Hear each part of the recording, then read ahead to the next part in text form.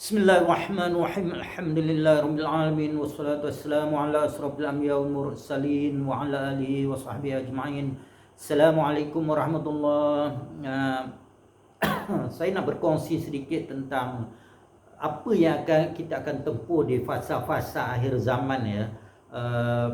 Sepanjang Allah jadikan sejak Nabi Adam itu ya, kalau alam tu sebelum tu dah ada, kita kata sebelum zaman Nabi Adam hingga ke fasa kiamat nanti, iaitu makna zaman fasa kekhalifahan manusia tu ya. Tidak ada ujian yang lebih getir yang akan ditempuh oleh manusia melainkan di fasa-fasa akhir zaman menjelang fasa-fasa turunnya Imam Mahdi, turunnya Dajjal dan seangkatan dengannya masa-masa tu ya. Itu adalah fasa ujian yang paling getir Allah turunkan ya. Allah janjikan rezeki dan Allah juga janjikan ujian. Dan ujian yang paling besar dan dikunci rezeki adalah akan berlaku di hujung-hujung zaman itu, dan dia ni pada zaman kita tak tahu bila lah. Mungkin zaman kita, zaman anak kita, zaman cucu kita, mungkin 50 tahun lagi, 100 tahun lagi, 200 tahun lagi. Itu kita tak boleh nak katalah ya. Cuma kita akan diuji dengan ketakutan, kelaparan, ketakutan, kekurangan dari segi harta dan tanaman, kematian kerana wabak, penyakit, segala bencana alamnya semua akan berlaku. Ujian itu sangat getir. Itu adalah janji Allah. Memang Allah ada janji begitu. Walaupun ada orang kata Allah janji rezeki, tapi Allah juga janji ujian. Dan ujian ni sampai mereka Allah kunci nanti rezeki tu sampai setitik air pun tak turun. Tak turun, bukan tak ada air ya, kena faham tu. Dan sampai setitik gandum pun takkan keluar ditanam. Takkan mampu ditanam dan keluar walau sebiji gandum pun. Bukan tak ada gandum. Kalau kita ada knowledge menyimpan maka adalah, tapi maknanya yang tumbuh tidak akan ada lagi, yang turun hujan tidak akan ada lagi, air akan habis. Itu ujian paling getir yang Allah janji. Cuma apa yang saya nak perkongsikan hari ini adalah umat Islam ini dia akan masuk kepada fasa yang Nabi sebut fasa akhir zaman di dalam hadis ya. Umat Islam ni ada 5 fasa. Satu fasa zaman Rasulullah, kedua zaman Khulafa Rasyidin, yang ketiga zaman pemerintahan sultan-sultan tu, khalifah-khalifah Islam tu. Dan apabila habisnya kekhalifahan itu pada 1824, itu dimakzulkan Sultan Turki Osmaniyah yang terakhir itu, maka kita masuk kepada fasa New World Order. So kita sebagai orang Islam tak boleh nafikan bahawa ini adalah fasa New World Order.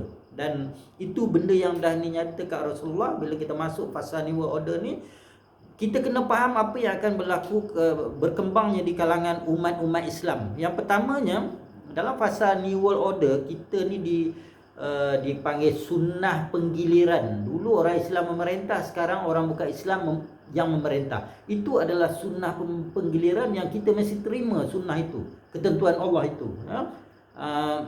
Dan apa yang Allah janjikan di zaman sudahlah kita ini tidak berkuasa secara keseluruhannya, dikuasai oleh New World Order tu, kita juga akan diserang dengan penyakit radikalisme di kalangan umat Islam ni. Ya, orang Islam ni ada cita-cita, setengah orang ada cita-cita nak bangunkan pemerintahan Islam ke apa ke. Jadi mereka ni kadang-kadang jadi bersikap radikalisme dan boleh pergi, dan yang diperkatakan Rasulullah ni boleh pergi kepada Khawarij, sikap Khawarij yang keras. So Khawarij ni kita boleh kenal ciri-ciri dia. Satu, kalau dia tu sangat pegang kepada slogan-slogan yang kita kata sangat jitu, contohnya kepada Quran, kepada sunnah, kepada hadis, slogan-slogan begitu. Dan mereka ini sikap dia sangat keras ya, sangat keras, dan dia rasakan kekerasan itulah ajaran Islam. Dan mereka ini tokoh-tokohnya boleh dilihat dari penampilannya, dengan dahinya kadang sampai hitam bekas sujud, menandakan mereka tu sangat kuat ibadah. Mereka boleh bercakap dalil Quran, hadis, sikit-sikit dalil menunjukkan mereka itu memang itulah ciri-ciri Khawarij. Khawarij ni asal yang apa disebut seorang pemuda tu yang apa zaman Rasulullah, dia masih muda remaja, dia solatnya kuat, puasanya kuat. Memang itulah ciri Khawarij. Jadi kita mesti berhati-hati, jangan kita terjebak kepada apa yang Rasulullah dah bagi tahu, bahawa di akhir zaman akan berkembangnya radikalisme dan Khawarij. Jadi kalau kita dah masuk dalam kelompok itu, kita akan rasa itulah Islam. Radikal itulah Islam. Bom sini, bom sana, itulah Islam yang kita sangka. Sedangkan Rasulullah dah bagi tahu bahawa kita jangan terjebak kepada isu begitu. Khawarij ni dia bersikap keras kalau dia pegang satu. Contohnya, kalau dia pegang janggut ni mesti janggut. Tapi kalau orang tak ada janggut, dia sanggup hukum, pukul ke apa. Contoh macam itulah. Itulah sikap Khawarij. Dan contohnya, dia akan bertelagah dalam bersesama Islam. Khawarij ni dia tidak memusuhi orang bukan Islam. Dia bukan menjadi musuh kepada bukan Islam, dia menjadi musuh kepada orang Islam. Cuma diri kita, bagaimana kita nak jaga bahawa iman kita ni yang kita miliki ni dengan amal ibadah kita, apakah Allah terima, itu kita nak jaga dengan sifat kita, mazmumah kita dan segalanya, takabur kita, riak, ujub, semua kita kena jaga kan, supaya ibadah kita tidak lebur. Satu perkara yang paling mudah meleburkan iman kita adalah apabila kita mengkafirkan orang Islam yang lain. Dan ini cenderung berlaku di kalangan orang-orang politik yang bawa aliran Islam. Mereka membawa slogan yang keras, berpegang kepada satu-satu benda yang ada dalam Islam itu sebagai tagging dia, dan orang yang tak lakukan benda itu dia anggap keluar dari Islam. Contohnya satu-satu hukum, contohnya hudud. Adakah hudud tak buat sudah keluar daripada Islam, gugur iman? Jadi kita jangan sampai jatuh kepada golongan yang mengkafirkan orang hanya kerana tak buat satu-satu benda. Jangan sampai kita jatuh kepada mengkafirkan orang, dan jangan sampai kita mengkafirkan orang yang bersekutu dengan orang yang tadi tak melakukan satu-satu perkara dalam Islam, sehingga kita kata orang itu harbi ke apabila menyertai bersekutu dengan orang itu. Dan benda ni boleh merosakkan iman kita, tapi bagi orang itu, dia kata itulah Islam, itulah benda yang betul bagi dia. Bagi dia, dia akan kata sikap itulah betul, itulah sikap radikalisme dan Khawarijma tadi. Sikap Khawarij mengkafirkan sesama Islam. Jadi kalaulah kalau kita nak kafirkan orang, contohnya saya belajar dulu, kalau kita ragu dengan satu-satu ajaran, kita nak buat laporan, kita jangan kata itu ajaran sesat, kita kata ajaran yang meragukan. Contohnya satu kelompok itu, saya meragukan pegangan mereka atau tindakan mereka dari sudut Islam. Saya ragu tidak jatuh hukum. Tapi kalau kita kata itu sesat, itu keluar dari Islam, maka kita telah jatuhkan hukum. Jadi cuba perhati dia dalam FB, ada orang kadang-kadang dia post gambar orang zikir. Contohnya orang zikir la ilaha illallah, la ilaha illallah, yang keras, dia pun tulis atas ini bukan ajaran Islam. Maknanya dia dah jatuhkan hukum bahawa orang itu bukan dari kalangan orang yang beramal dengan amal Islam. Jangan tulis ini bukan ajaran Islam. Kita kalau kita ada keraguan, kita tulis ini ajaran yang meragukan. Bagi saya, ragu adalah doubt, perasaan, tapi dia bukan jatuh hukum. Kalau kita dah tulis ini bukan ajaran Islam, maka kita dah jatuh bahawa dia itu terkeluar dari Islam. Kita kata ini ajaran sesat ke, ini ajaran apa. Sekarang ni perkataan yang paling sering digunakan adalah bid'ah. Bid'ah. Kalau bid'ah dalam bentuk bahasa dia masih boleh diterima, tapi kalau bid'ah dalam bentuk hukum, kita dah hukum sesat, bid'ah yang kita nisbahkan kepada kesesatan, maka kita telah mengkafirkan golongan Islam. Jadi udahlah, kita ni ibadah tak sebanyak mana, ilmu tak sebanyak mana, amal dengan segala mazmumahnya, kemudian kita duk kafirkan orang, duk syirikkan orang, ya. Orang melawat kubur dah kita kata syirik, ya. Kalau kita tidak setuju, kita tulis status kita, gatal tangan kita nak tulis juga, nak upload juga, kita cakap meragukan, saya meragukan.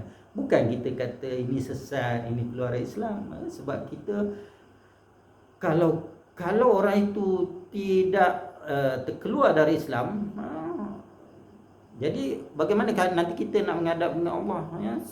Katalah golongan itu ada 1 juta orang, dan kita kata itu golongan sesat. 1 orang saja dalam 1 juta itu tidak sesat di sisi Allah, maka sesat itu kembali pada kita. Inilah cabaran akhir zaman. Tapi orang yang berada dalam kelompok itu, dia rasa itulah Islam. Sedangkan Rasulullah dah bagi tahu dah, di akhir zaman nanti cabarannya itulah cabaran yang di kalangan orang Islam nanti. Tadi udahlah kita berdepan dengan New World Order, berdepan dengan orang bukan Islam. Sekarang kita akan berdepan dengan orang Islam, dan akhirnya nanti dia akan berlaku perang di kalangan umat Islam. Samalah seperti apa yang berlaku di Libya, di Mesir, di Syria, di Iraq, itu berperang sesama Islam, dan kita harap dia tidak merebaklah ke Malaysia dan Indonesia sampai ke peringkat perang. Cuma asapnya sudah ada. Saya mengkaji benda ini dan saya dah nampak arah aliran pattern, tapi orang yang berada dalam kelompok tu dia tak sedar apa yang dia buat. Bagi dia itulah Islam, dengan kekerasannya, dengan tidak ada tolak ansurnya, dengan cepat melatahnya dia menuduh ini bukan Islam. Contohnya ada orang melawat kubur, dia ambil satu video melawat kubur, sampai dekat kubur orang tu beristighfar.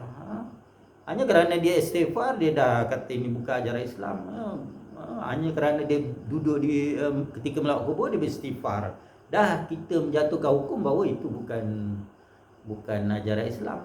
Padahal dia hanya istighfar. Kalau dia buat benda yang lain tu, wallah alam lah kita kata. Tapi ini benda yang normal buat pun, dan sekarang ni timbul pula orang yang baca Fatihah lepas solat pun jadi salah, kan.